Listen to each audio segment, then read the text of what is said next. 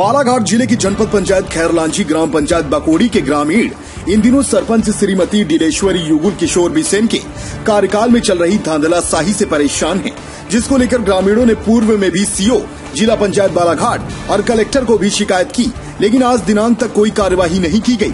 वहीं ग्रामीणों का कहना है कि गांव के बाहर चारागाह की जमीन को जो लगभग 50 एकड़ है, सरपंच की अनुमति से अवैध रूप से कब्जा की गई है। सरपंच को कुछ भी बताने जाती हैं तो वह बोलता है कि मैं तुम्हारा काम नहीं करता, तुम लोगों से जो बनता है कर लो। और वैसे भी रामपायली थाने में मेरा 436 का मामला कायम है, तो पुलिस वालों ने मेरा क्या बिगाड़ लिया? मैं तो उनके रिकॉर्ड के हिसाब से गायब ही हूँ, लेकिन मैं सरेआम गुंडागर्दी भी करूंगा तो मेरा कुछ नहीं हो सकता, क्योंकि मेरे साथ शासन प्रशासन के लोग भी इस धांधलाशाही में मेरे साथ हैं और मैं उनके आश्रम में हूँ। तब तक मेरा कोई कुछ नहीं बिगाड़ सकता। मैं सभी सरकारी विभाग के लोगों को पैसा देता हूँ तो वो मेरा कुछ नहीं कर सकती। हमारे यहाँ ग्राम पंचायत बकोड़ी में एक आदिवासी परिवार को रामपायली थाने से 3 आरक्षक और सरपंच पति रात के 9 बजे घर में घुस के मारे और उनकी भाभी से भी कुछ छेड़छाड़ भी की, मतलब छेड़खानी, चाहे हटाने के संबंध में एक्स वाई जो भी होगा। और पूर्व से ही पिछले साल मोहगांव घाट पर रेत घाट में अपने एक लड़की की डेथ हो गई थी डंपर से, जिसमें रामपायली पुलिस थाने में सरपंच पति पर 436 अपराध पंजीबद्ध है, चूंकि उसको रामपायली थाना उसको फरारी बता रहा है और ये आदमी यहाँ गुंडागर्दी कर रहा है, जो कि मैं चाहता हूँ कि वो आदमी गिरफ्तार होना चाहिए। ये पूरा श्रेय मेरे को लगता है कि कहीं से न कहीं से इनकी लिंक है और इन्हीं के साथ वाले बेचारे आज गरीब लोग। आपका मानना ये है कि रामपायली थाने के जो लोग हैं, हाँ जो भी है बिल्कुल, है ना, ये उन्हें पूरा श्रेय दे रहे और गिरफ्तार नहीं कर। हाँ, तो इसकी गिरफ्तारी होना चाहिए, जो कि 436 उस पर अपराध पंजीबद्ध होने के बाद में घूम रहा है। मतलब शासन प्रशासन सभी इनका, हाँ वो मिली जुली समझ में, मीडिया भी है ना सपोर्ट में। और क्या क्या समस्या है?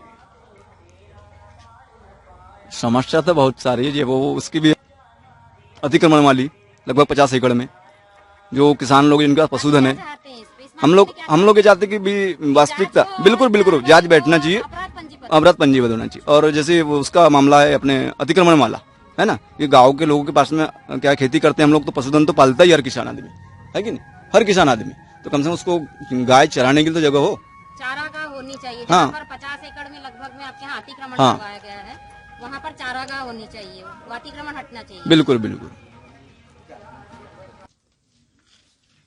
आपका नाम और परिचय? मैं राजकुमार पिता स्वर्गीय सदराम सोनवानी, निवासी बकोड़ी, तहसील खैरलांची, जिला बालाघाट। वर्तमान में ग्राम पंचायत बकोड़ी में वार्ड नंबर 6 का मेंबर भी हूँ और आदिवासी बंजारा समाज का ब्लॉक अध्यक्ष भी हूँ, है ना। चूंकि मेरे बड़े भैया का पीएम हाउस आया था, तो मैं निवास करता हुआ वाराणसी में प्रॉपर, है ना, कमाने खाने के हिसाब से जैसा भी।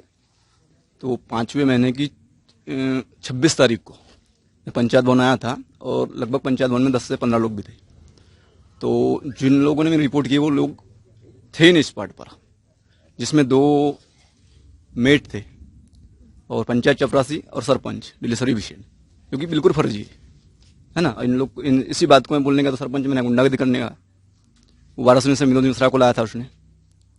बालाघाट जब हम लोग अजाक्ष गए थे, वहां भी विनोद मिश्रा आया था और हमारे गांव का एक पूर्व सरपंच है, अब उसको मैं, है ना।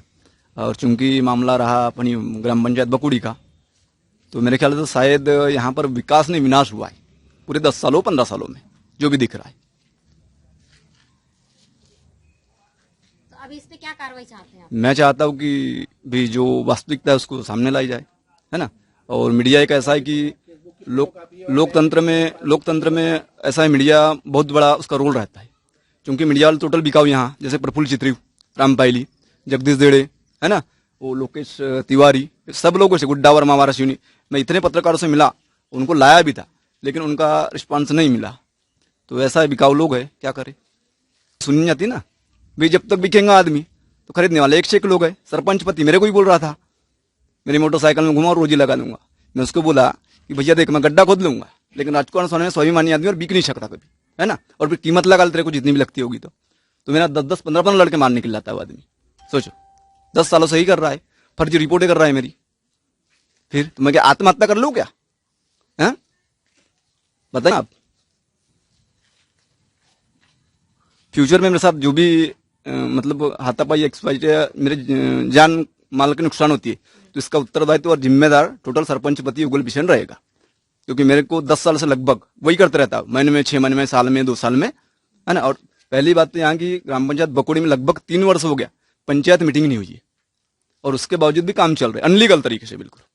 और क्या क्या समस्या है? समस्या तो बहुत सारी है यहाँ। एसटी जो अपने एसटी कैटेगरी में पीएम हाउस नहीं आ रहे, 4 नाम थे 2011 के सर्वे में, और मेरे को तो इतना पता किया कि उनके यहाँ मकान मांगने आता तो मैं बोलता तेली का आदमी बोलता है डायरेक्ट, बताइए, चूंकि अपन मलयार ग्रुप से जुड़े हुए आदमी है, मेरे मुंह पर बोलता है वो आदमी, बोले मेरे को वोट नहीं करता तू, भैया बोला ठीक है यार मत दे, है ना। नंबर 6 में पंच हूँ और आदिवासी बंजारा समाज के ब्लॉक अध्यक्ष भी हूँ।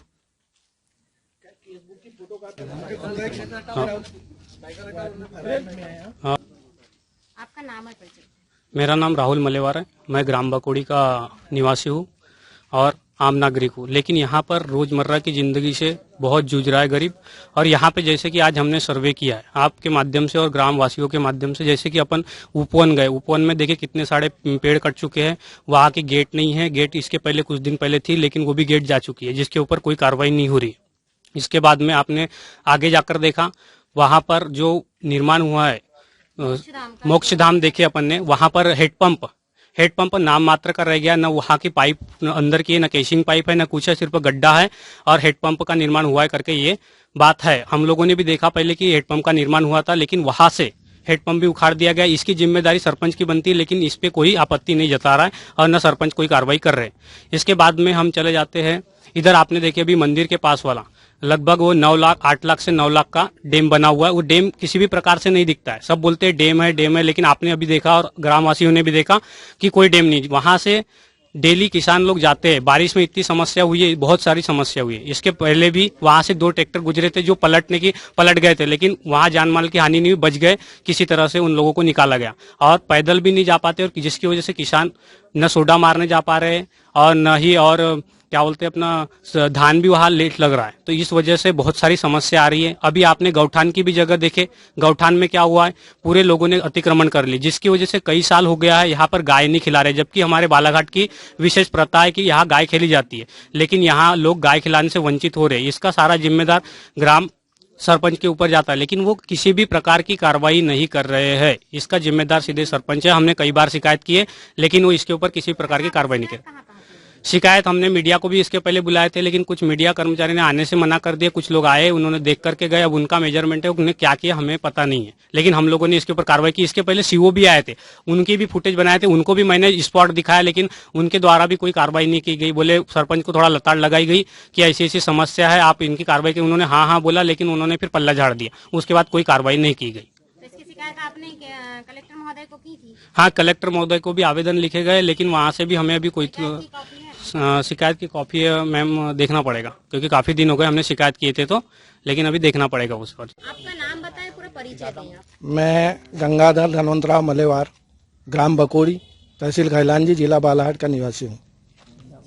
क्या समस्या थी यहाँ? समस्या तो बहुत सारी मैडम, यहाँ पर आपने तो अभी देखा ही है, नर्सरी का आता पता नहीं है। वो डैम के नाम पे 12 लाख रुपए निकल चुके हैं। यहाँ के पंच को किसी प्रकार की कोई जानकारी नहीं रहती है। सरपंच पति जो है अपने मर्जी से काम कर रहा है। अगर कोई पंचायत में आके पूछता है कि कौन सी जानकारी आई क्या आई, तो उन्हीं के नाम से रिपोर्ट दर्ज हो जाती है। पुलिस वाले आकर के वो पंच लोगों को उठा के लेके चले जाते हैं। बहुत सारी समस्या है। सरपंच को तो लिखते भी नहीं आता, न किसी प्रकार का कोई प्रमाण पत्र लिख के आता, न सरपंच पति को आता। वो एक मेट है उसके जरिए लिखाते, सिर्फ सरपंच साइन करने की, ये बस हो गया। और जिस काम में ज्यादा माल मिलता है वही काम किया जाता है, बाकी कोई काम नहीं होता है। जैसे कि अभी मैंने देखा था वहाँ जो डैम बन रहा था, तो वो तो डैम वहाँ बना ही नहीं, बस एक ऐसा छोटे से पुल का निर्माण किया गया। हाँ। तो उसमें क्या कहना है आपका? नहीं, उसमें तो बहुत सारी धान ली हुई है ना। इसमें हमने शिकायत भी की है। करोड़ का आया था ये 12 लाख का था, 12 लाख का। और कहाँ कहाँ क्या क्या काम हुआ है? ये आकोल टोले पे एक उपवन का भी था, वहाँ तो एक पौधा भी नहीं है। और वो आकोल टोला नाले पे भी 7-7 लाख के थे, एक 12 लाख का है और एक 9 लाख का है। तो मुश्किल से 2-2, 4-4 लाख रुपए दोनों डैम में लगा होगा। बाकी पूरा सरपंच पति झिम गया। और वो वही बोलता है पंच को, तुमसे जो बनती होगी वो कर लेना। अगर किसी पंच ने आकर के कोई शिकायत किया, कुछ किया, तो उसके घर में जाकर के उसके नाम से रिपोर्ट होती है थाने में, और वो पुलिस वाले आकर के उनको लेके जाते हैं। इस वजह से क्या है कि कोई पंच भी ध्यान नहीं देता और हमने इसकी शिकायत सीओ साहब को भी की है, इसके पहले भी की, लेकिन किसी प्रकार की कोई इंक्वायरी भी नहीं हुई और कोई कार्रवाई भी नहीं हुई। जिला पंचायत में किए थे आपने? हाँ, जिला पंचायत में भी किए थे। कलेक्टर महोदय को किए? हाँ, उनको भी किए थे। तो इस पे कोई कार्रवाई नहीं की? नहीं, इस पे कोई कार्रवाई नहीं हुई है।